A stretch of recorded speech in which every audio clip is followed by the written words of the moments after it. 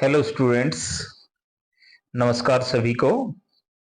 GS and English talks YouTube channel पर बहुत बहुत स्वागत है आप सभी का।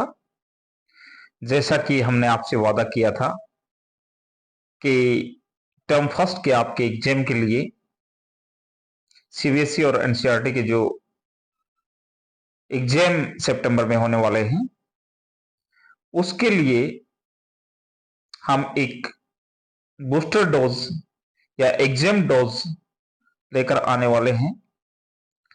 जिसके अंदर कुछ ऐसे क्वेश्चंस डिस्कस किए जाएंगे जो यदि आप एक बार रिवाइज करके चले जाते हैं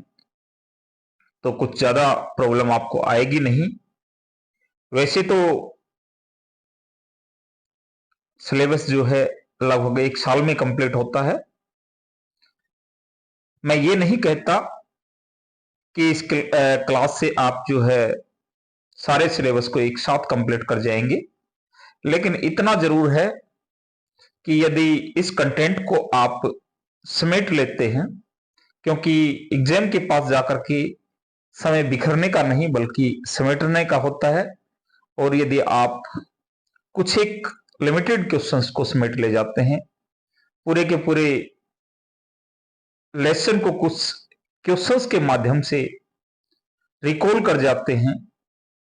सारे कंटेंट को एक साथ एक जगह पर कंपाइल कर पाते हैं, तो आपको किसी प्रकार की कोई परेशानी आएगी नहीं। हॉर्नबिल के कुछ लेसन, उनके कुछ क्वेश्चंस, इसी प्रकार से पोइट्री सेक्शन में 2 पोइम हम आज के इस लेक्चर में डिस्कस करेंगे, और उम्मीद यही रखता हूं कि कम से कम इन्वेस्ट करके ज्यादा से ज्यादा आउटपुट मैं अपने स्टूडेंट्स के माध्यम से इस कंटेंट को सामने रखते हुए निकाल पाऊं। तो सभी बच्चों को मेरी तरफ से बेस्ट ऑफ लक, और उसी के साथ आपको ये आज का लेक्चर डेडिकेटेड है पूरी तरह से। तो आपको डेडिकेट करते हुए और ये लेक्चर हम शुरू कर रहे हैं, जिसमें हॉर्नबिल का, जैसा कि आप देख पा रहे हैं, हालांकि ये चीज आपने स्टार्टिंग में ही देख ली होगी। अब हम आगे जो है इस लेसन को जो है आगे बढ़ाते हुए और इस कार्य को आगे बढ़ा रहे हैं। पहला आपका ये जो लेसन है वो रहेगा स्नैपशॉट्स का portrait of lady. Portrait of lady composed bye Khushwant Singh, you know very well. और इस कंटेक्स्ट में यदि हम बातचीत करें इस चीज को लेकर के,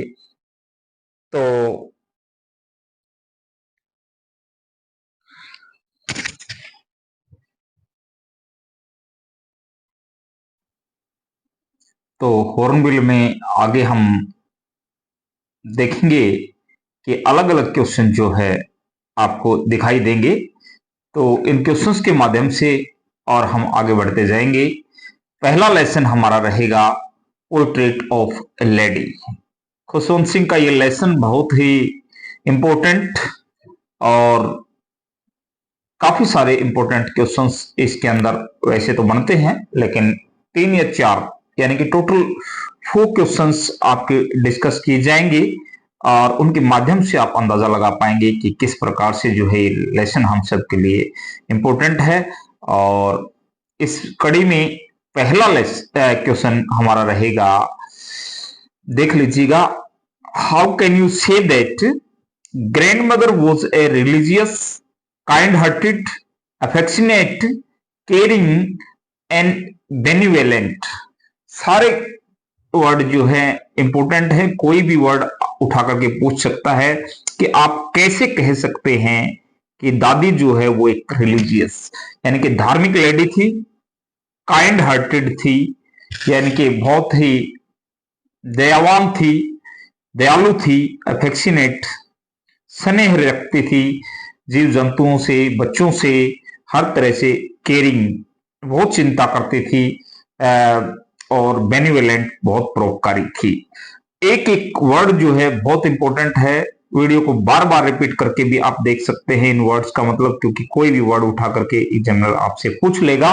और बहुत इंपॉर्टेंट क्वेश्चन जो है ये है, एक बार आप अच्छे से जो है इस क्वेश्चन पर नजर दौड़ा लीजिएगा कि how can you say that grand mother was a religious, kind hearted, affectionate, caring and benevolent. तो आप ऐसे में आप कहां से कंटेंट निकाल करके लाते हैं, तो आपको पता होना चाहिए कि लेसन के अंदर जो है दादी जिस प्रकार से डॉगीज को जो है खाना खिलाती है, डॉगीज को आप देखिएगा ध्यान से, डॉग्स को खाना खिलाती है, स्पैरोज को खाना टुकड़े रोटी के डालती है। और केयरिंग वर्ड जो है अपना ग्रैंड सन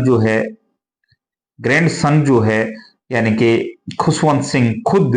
उसके लिए भी जो है किस प्रकार से सुबह उठ करके खाना बनाना, उसको नहलाना, तैयार करना और स्कूल तक छोड़ करके आना, और जब वो पढ़ रहा होता है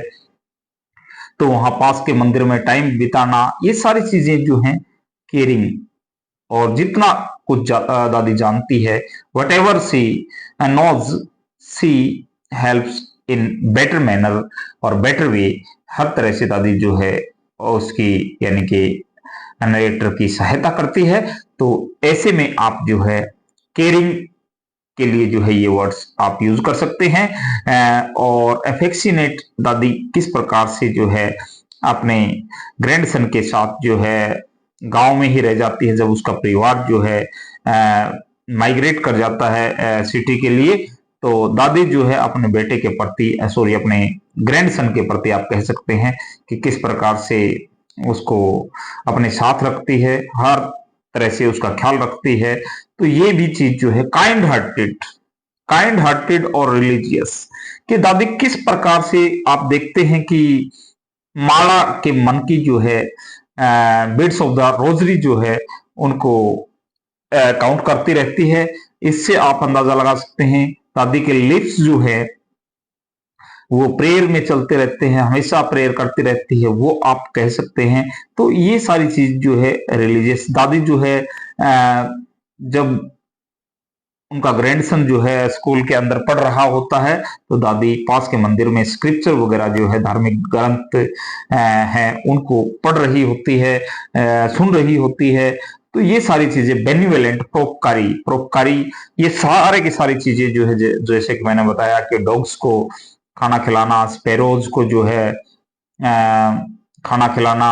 रोटी के टुकड़े डालना, ये सारी चीजें एक प्रकार से धार्मिक प्रवृत्ति की लेडी एक प्रकार से आप कह सकते हैं। तो ऐसे में इस क्वेश्चन को ऐसे डेवलप किया जा सकता है, बिल्कुल मैथमेटिकली जो है 4-5-6 चीजें आप अपने साथ बुलेट पॉइंट के तौर पर लेकर के जाइएगा कि डॉग्स की बात हो, स्पैरोज की बात हो, स्क्रिप्चर्स की बात हो, माला के मन के बीनने की बात हो, हमेशा होठ जो है हिलते रहने की बात हो, प्रेयर के अंदर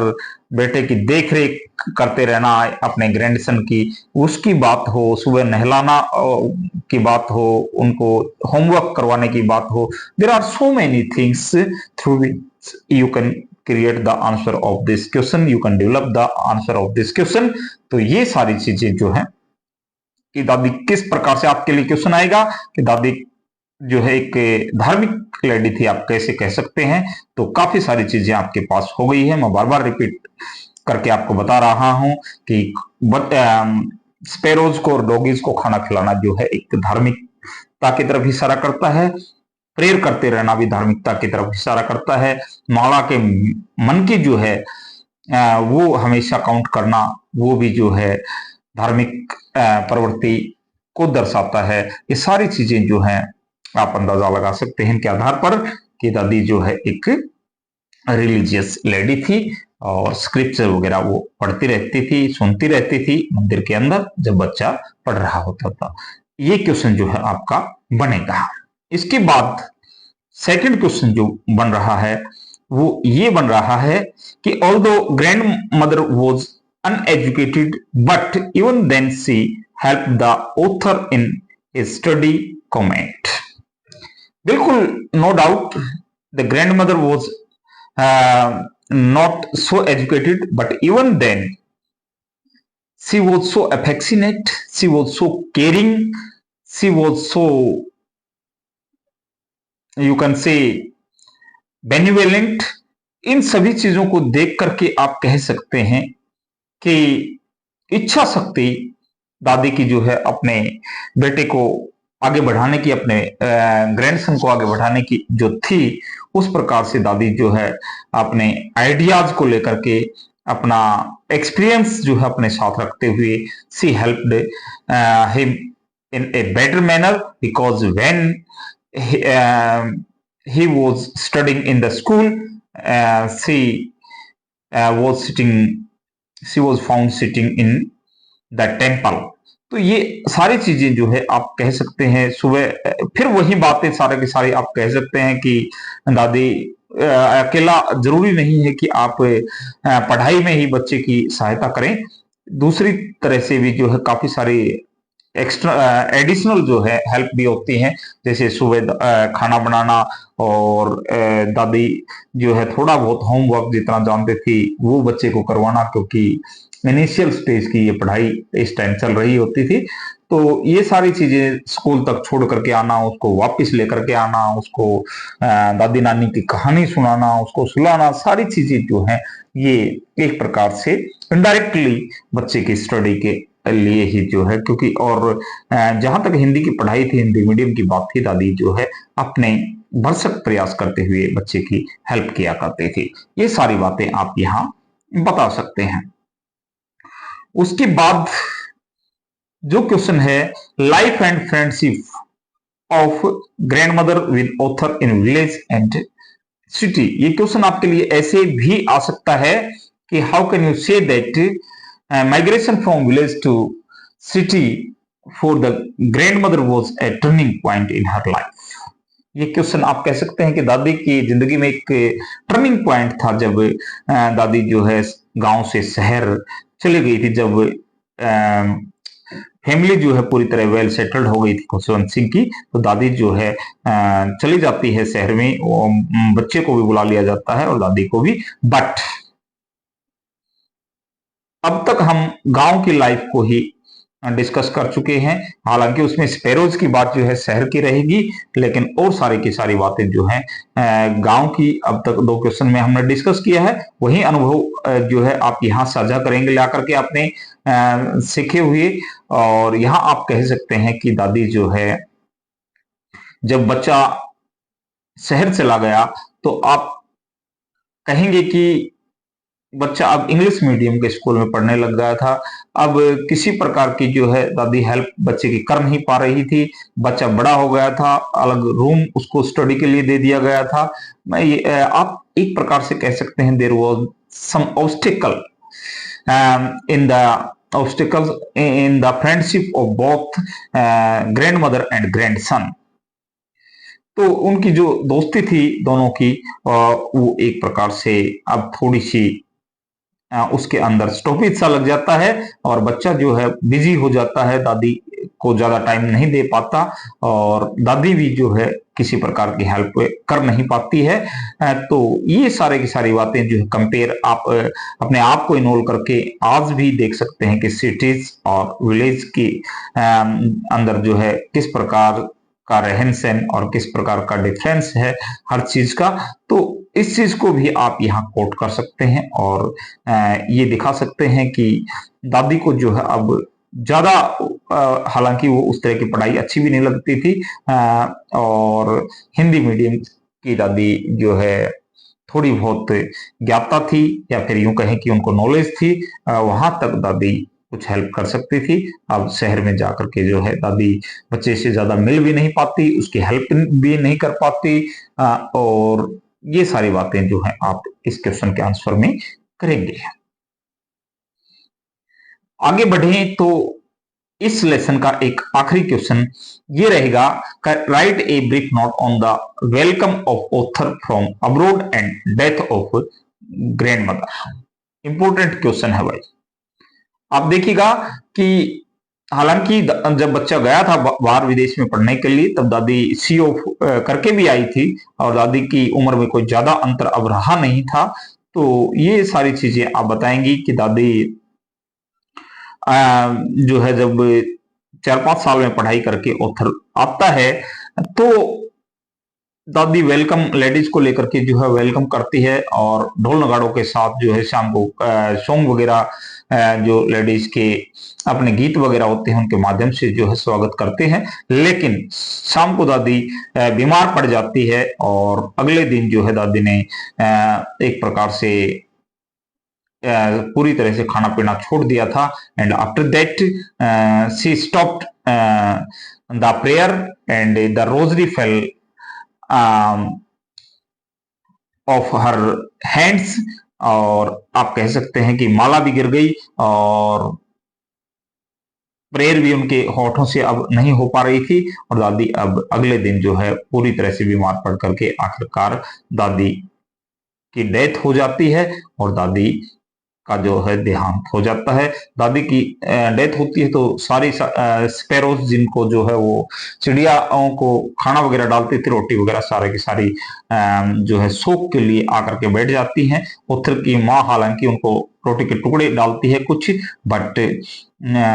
स्पैरोज जो है किसी प्रकार की कोई रोटी का टुकड़ा नहीं उठाती, नहीं खाती। और दादी की लाश को जब ले जाया जाता है अंत्येष्टि के लिए, उठ करके चली जाती हैं उड़ करके सारे के सारी स्पैरोज। ये जो है यहाँ पर आप दिखाएंगे,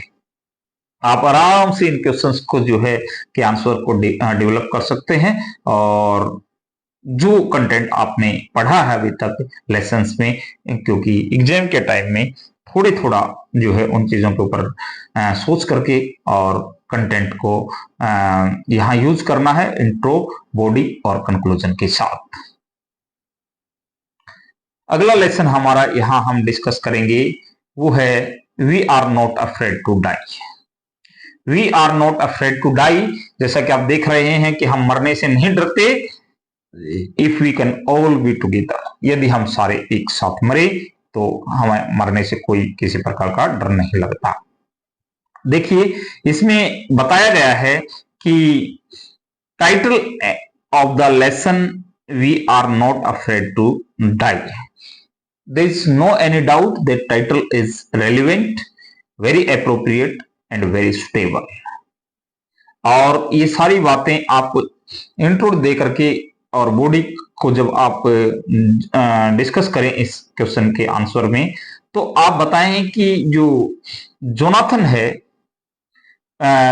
जो 6 साल का बच्चा है, वो भी जो है मैरी और कैप्टन के साथ अपने मम्मी पापा के साथ जो है जब ये जाता है वर्ल्ड वॉवीज पर, तो रास्ते में जब पूरी तरह से बोट क्षतिग्रस्त हो जाती है, तब उस लड़की के द्वारा बोले गए ये शब्द कि we are not afraid to die if we can all be together, या हम सारे मर रहे हैं तो मरने से बिल्कुल भी जो है नहीं डरेंगे, क्योंकि रोने वाला कोई पीछे न बचे, तो फिर हमें कोई किसी प्रकार की प्रॉब्लम भी नहीं है, तो हम सारे के सारे जो है मरने के लिए रेडी हैं। ये जो है आप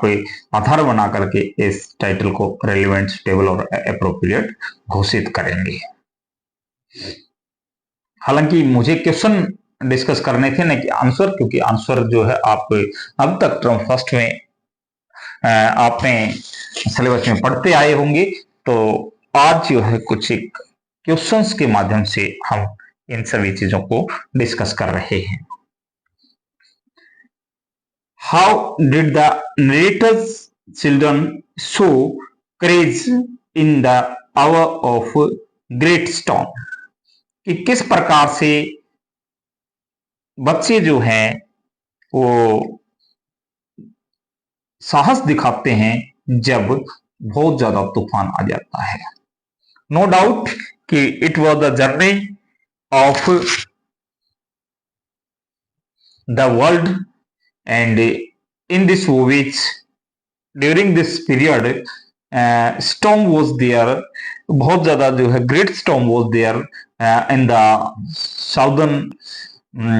ocean, Indian Ocean। तो वहां पर जो है काफी अस्त व्यस्त हो गया था, सब कुछ क्षतिग्रस्त हो गई थी जो है बोट, और पानी अंदर भर आया था। ऐसे में जो है सुजैन, जो इनकी 7 इयर्स की बेटी थी, वो जो है उनका हालांकि सिर में भी लग जाती है, हाथ पर भी लग जाती है, लेकिन किसी प्रकार के इंडिकेशन अपने पेरेंट्स के सामने नहीं दिखाती। ऐसे ही जो है जोनाथन,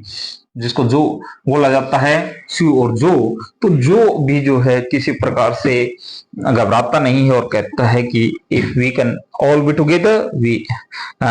जो है we are not afraid to die. तो ऐसे में देखा जाता है कि बच्चे भी जो है पूरी तरह से कोऑपरेट कर रहे हैं। और लैरी और हब जो रखे गए थे साथ में, जो दो जो है क्रूमैन लिए गए थे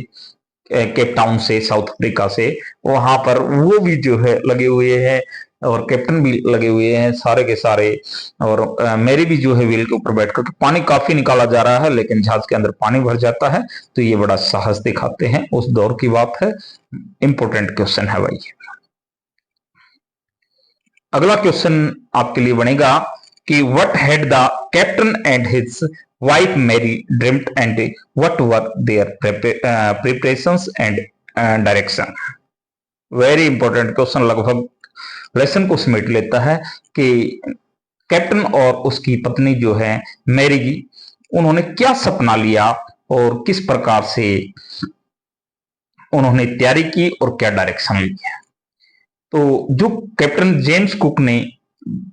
200 वर्ष पहले जो यात्रा की थी पूरे संसार की, after 200 years they dreamt that we would go on the world voyage and इसके अंदर जो है कैप्टन खुद, इनकी पत्नी मैरी, इनके 2 बच्चे और यहां तक केप टाउन तक जो है ये चले जाते हैं। लगभग इससे पहले तैयारी की बात कर रहा है कि प्रिपरेशन क्या की गई। तो इन्होंने जो है एक वेव वॉकर नाम की जो है एक बोट ली, लगभग 23 मीटर लंबी, 30 टन जो है जिसके अंदर वेट था। ये जो है इन्होंने तैयार की, खराब मौसम में इसको टेस्ट किया गया और उसके बाद जो है इसको डायरेक्शन के तहत जो है, इस डायरेक्शन की जहां तक बात हो तो केप टाउन की तरफ ये पहुंचे साउथ अफ्रीका में। एक दो, हालांकि ये जो है आप कह सकते हैं कि 2,55,000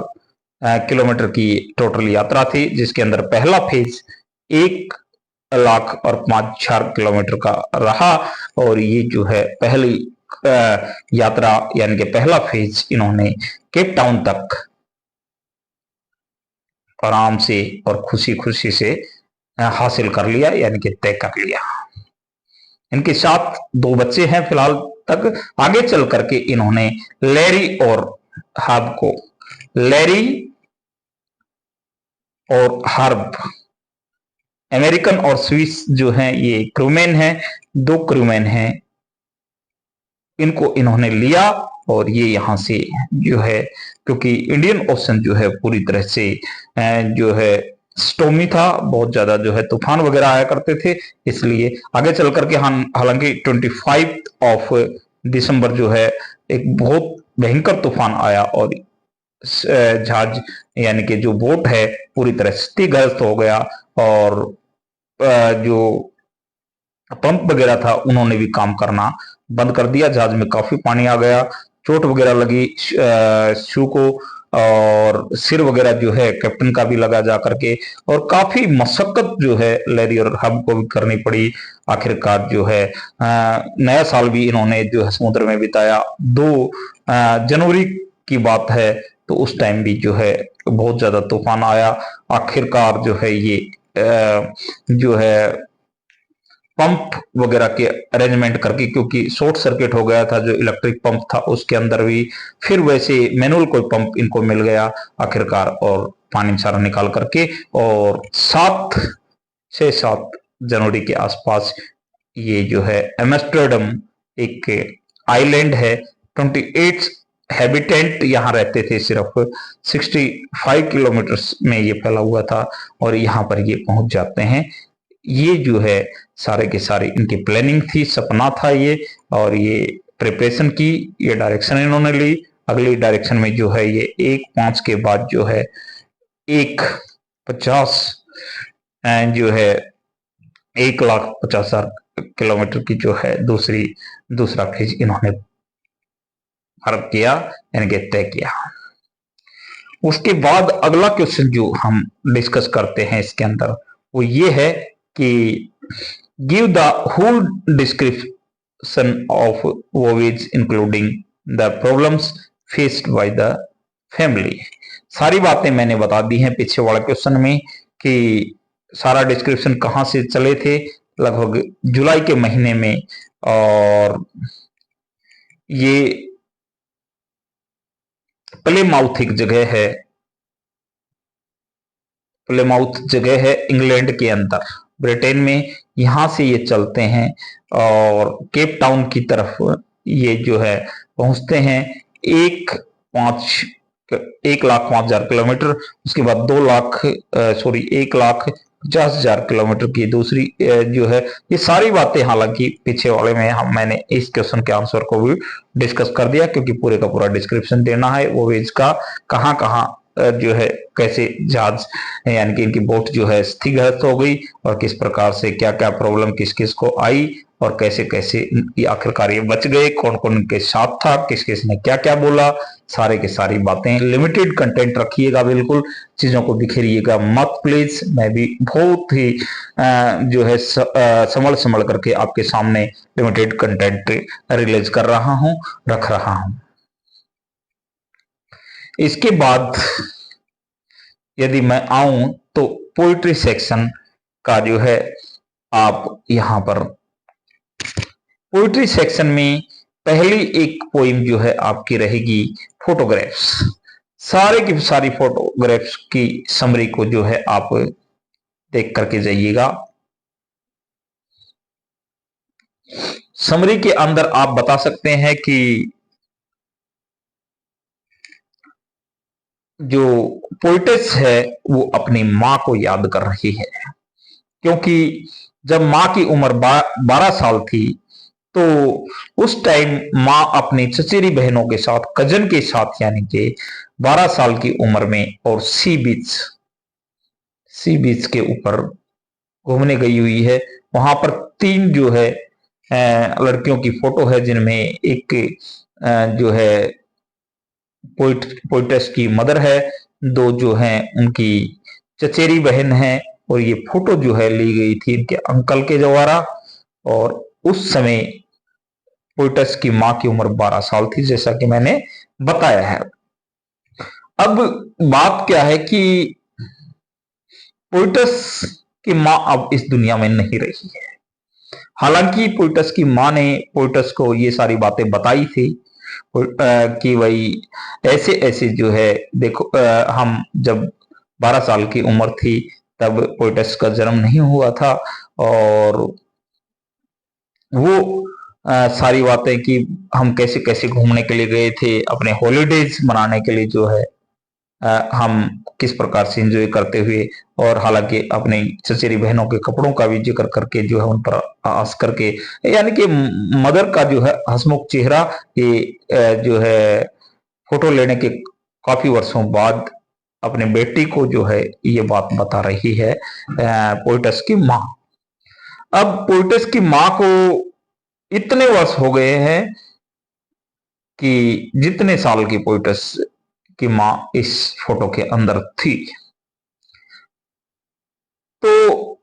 12 साल की थी, यानी कि 12 साल इसकी माँ को अब गुजरे हुए हो गए हैं। अब कहना ये चाह रही है कि माँ मेरे को बताया करती थी कि देखिए हमारे कितने खूबसूरत दिन थे, किस प्रकार से हम एंजॉय किया करते थे, और इसी प्रकार से वो मेरा अब पास्ट हो गया है। तो यहां से मदर जो है ये बेटी को बता रही है, इस बात को पास्ट मान रही है। आज बेटी जो है 12 साल के बाद इस टाइम से, और अपने माँ की उस हंसी खुशी को, जब माँ इन चीजों को देख देख करके खुश रहा करती थी, आज बेटी जो है इस चीज को, क्योंकि अब ये अपनी माँ को अब गवा चुकी है, माँ इस दुनिया में नहीं है। यही जो है ये पोइम है, कार्डबोर्ड में जो है घर पर एक फोटो लगी हुई है। हालांकि वो दिन नहीं रहे हैं, लेकिन वो दिनों की याद एज इट इज है पोइटस के भी, और पोइटस की माँ को जो फोटो की याद आया करती थी, उस समय की याद आया करती थी फोटो को देख करके, वो भी सारे का सारा डिस्क्रिप्शन जो है आपको इस पोइम में देना है। जिस तरह का क्वेश्चन पूछे उसी तरह से जो है डेवलप करना है, उसी अंदाज में, उसी वे में इस कंटेंट को बताना है। अगला जो है आपका टॉपिक रहेगा पोइम का, वो रहेगा summary of the laburnum top. Laburnum top जो है वो एक ऐसा, हालांकि आपको देख करके ऐसा लग रहा होगा टॉप बहुत ऊंचा जो है, कोई ज्यादा ऊंचा पेड़ नहीं होता है लेबरनम। इसके पत्ते जो है थोड़े से पॉइजनियस टाइप के भी होते हैं, इसकी ब्रांचेज नीचे की तरफ जो है झुकी हुई सी होती हैं, और इसका जो है यहाँ जिक्र कर रहा है पोइट। इस पोइम में लेबरनम टॉप जो है बिल्कुल शांत एक पेड़ है, और कोई किसी प्रकार की चहलकदमी हलचल इसके अंदर नहीं है, और स्टार्टिंग में पोएम के इसको बिल्कुल शांत सा पेड़ दिखाया गया है। हालांकि इसकी ब्रांचेज जो है मैं जैसा कि बता चुका हूं नीचे की तरफ झुकी हुई हैं, और ऐसा लगता है कि बिल्कुल जो है साइलेंट ये ट्री है, लेकिन एकदम से इसके अंदर एक गोल्ड फिंच चिड़िया जो है आकर के बैठ जाती है, और वो गोल्डफिश चिड़िया जो है आती है और आकर के एकदम से इस पेड़ को हिला देती है। सारे के सारे पेड़ के अंदर जो है हलचल सी मच जाती है। वो अपने बच्चों को कुछ खाना वगैरह जो है खिलाती है, तो सारे पेड़ के अंदर चिड़चिड़ाहट हो जाती है, बहुत ज्यादा चहचहाट हो जाती है। और ऐसा लगता, कंपेयर किया गया है, एक बात को देखना है वैसे, हालांकि पेड़ को यहाँ मशीन की संज्ञा दी गई है कि पेड़ एक मशीन है, और जो चिड़िया है गोल्डफिंच उसको एक इंजन की तरह तरह है।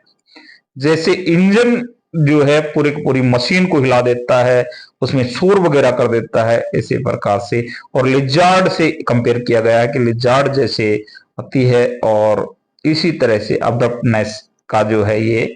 सडननेस का ये परिचय देते हैं गोल्डफिंच। और लेकिन थोड़ी देर के बाद ये गोल्डफिंच यहाँ से अपने बच्चों को खाना वगैरह खिला करके यहाँ से उड़ जाती है। And after that once again this tree is so silent that no one was there.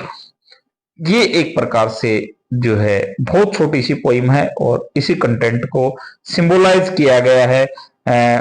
Machine और इंजन से। इस चीज को भी आपने अच्छे से पढ़ा है। शॉर्ट में मैं इतना ही बताऊंगा, क्योंकि ये जो है क्वेश्चन बताने थे आपको, न कि आंसर, लेकिन फिर भी कोई बात नहीं, क्योंकि डिटेल में कुछ क्वेश्चन मैं लेकर के आ रहा था, आंसर नहीं। आंसर आप पढ़ चुके होंगे, तो इंपॉर्टेंट क्वेश्चन क्योंकि बच्चों को लास्ट तक रहता है,